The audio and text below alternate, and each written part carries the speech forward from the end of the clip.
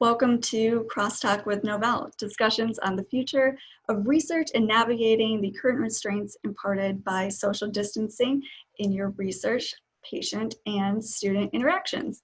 I'm Anna Zek with Novell. Recently, I had the opportunity to sit down and talk with Kelly Jeans. Kelly is the Assistant Director of the Movement Science Lab Dallas at Texas Scottish Rite Hospital for Children. The lab is really a state-of-the-art facility that helps provide in-depth analysis of how patients move and function. A significant component of that work is research. So the team conducts various studies to evaluate the success of a treatment plan by analyzing patients' movement and function before and after their care. Kelly had a lot to say, a lot of real-world examples of how coronavirus has impacted her work and her patients. So it's a really thought-provoking discussion. Kelly's also really fun to talk with. So I hope you enjoy this conversation. So to start, why don't you break down a little bit? What have the past few months been like for you? What have you been up to? It has been interesting. I'll tell you that. I think much of us are in the same boat of, if we do research or see patients, that kind of all came to a stop for us for a good solid 3 months. So we kind of started to get back into the groove a little bit. I was doing a lot of manuscript writing and editing my colleagues' papers kind of in the downtime. It was a wonderful moment to be able to take a break and finish some things, which was nice. But I will say that coming back into a hospital setting in the midst of, I'm here in Texas, so of course we do nothing small in Texas. Everything is bigger and better. So COVID had to be the same way, I think. So it's been a bit of a challenge. Every week is, it's something new and some new obstacle to kind of navigate. We are back to seeing patients, so, that's fantastic. That's a big part of what we do, obviously, and research patients are limited, but we are able to see some as long as they're, kind of already being, coming for doctor's appointments and stuff, so.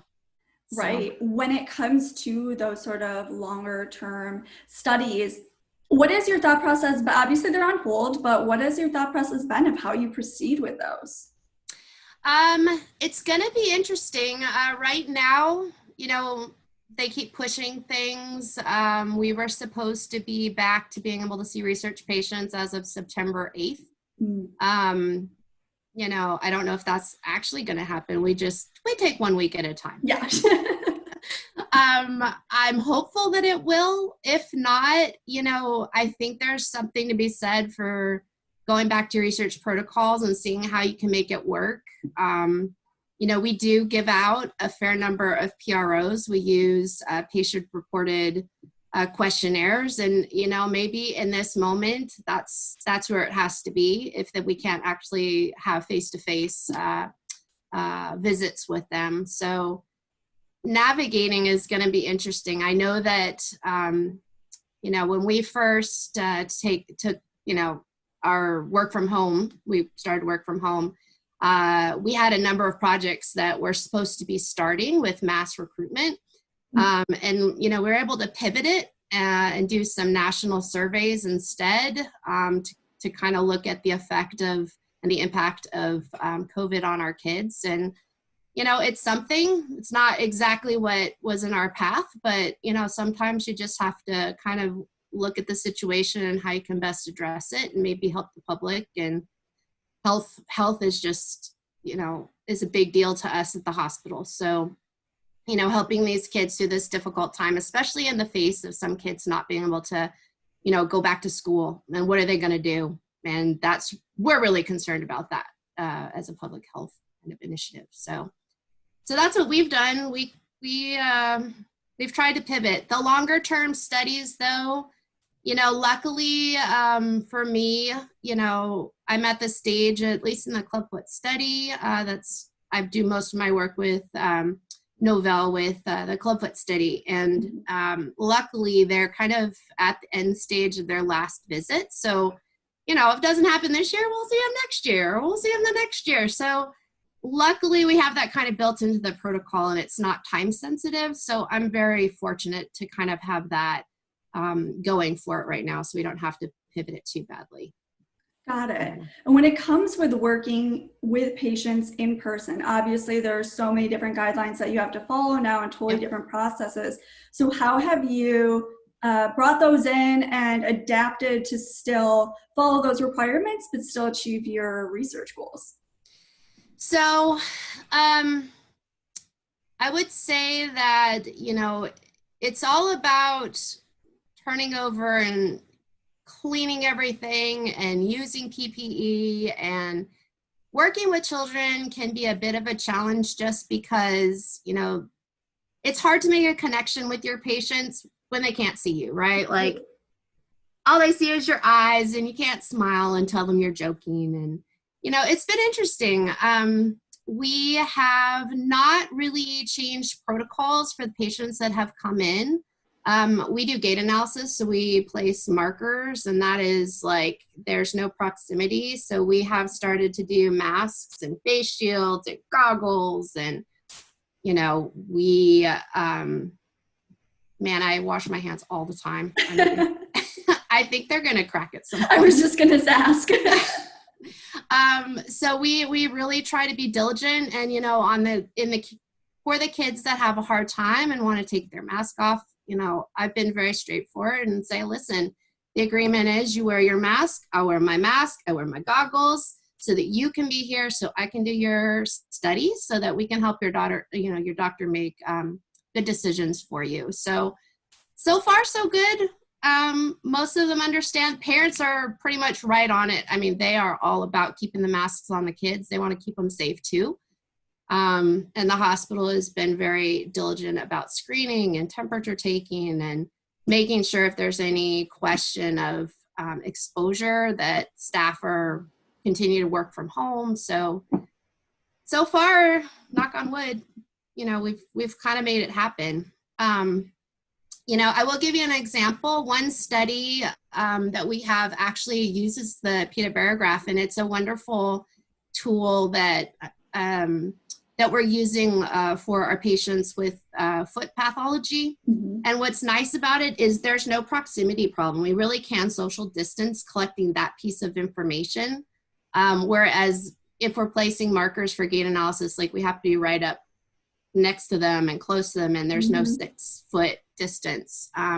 So I know that our foot registry that is going on right now, they are really limiting the number of kids that are doing full gait analysis versus those that were just collecting plantar pressures on kind of in a longitudinal kind of recall visit. They come in to see the doctor, and they come down and they have their plantar pressures done. So that has been nice, honestly, because I could tell you that our oxygen consumption is out right now. We're not doing any O2 testing, so that's on hold.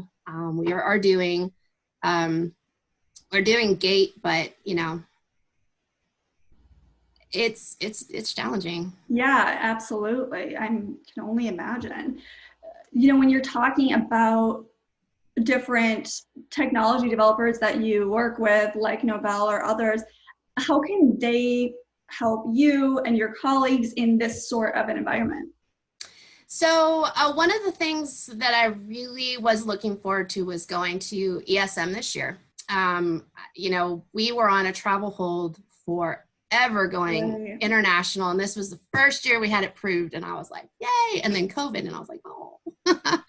And I do appreciate the fact that y'all recognize that research is a really important component to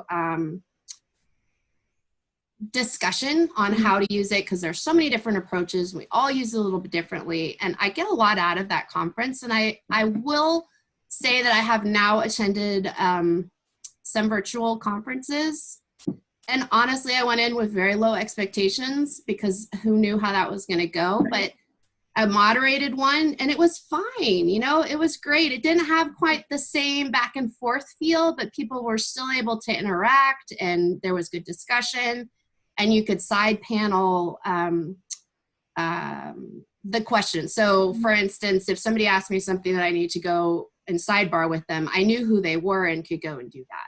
So I don't know if that might be something that Novell considers as possibly doing that and letting us talk about our research together. Because who knows how long this is going to go on. I mean, truly, I don't know. Like, right. Oh, I don't know. It would just be something to consider. But I do think that you're one of the Novell is one of the few companies that actually hosts a conference that says, listen, let's get, our researchers together so they can talk. And I really appreciate that. I think it's a great opportunity. Besides your colleagues' work, has there anything else that you've been reading or listening to or watching that's just kind of hit home with you?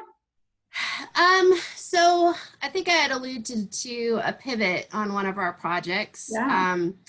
So we sent out a survey looking at activity and how people were going to manage it, how their children were going to manage it, or if they're just going to be in front of the iPad the whole time. Or and so there is actually a study that came out of the Canadian group with some preliminary data, the kind of their initial look at it. And I think that it's inspiring because I think that